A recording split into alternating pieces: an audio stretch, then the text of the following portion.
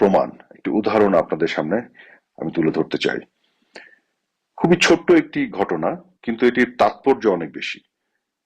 আপনারা দেখেছেন যে লালমনিরহাটে শিশু পার্কের পাশে মুক্তিযুদ্ধ ভিত্তিক একটি মুরাল আছে।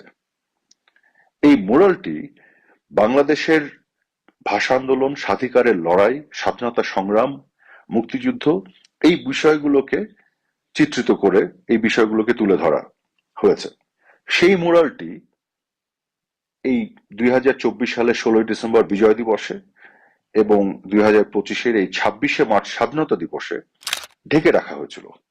মজার ব্যাপার হচ্ছে, ঢেকে রাখা হয়েছিল কেন, এই প্রশ্নটি যখন করা হয়েছে স্থানীয় জেলা প্রশাসনকে, তারা জানিয়েছে যে 2024-এর যে জুলাইয়ের বিপ্লবের চেতনা, তার সাথে এই মুরালটির সামঞ্জস্যপূর্ণ মনে হয়নি তাদের, যে কারণে তারা এটিকে ঢেকে রেখেছিল।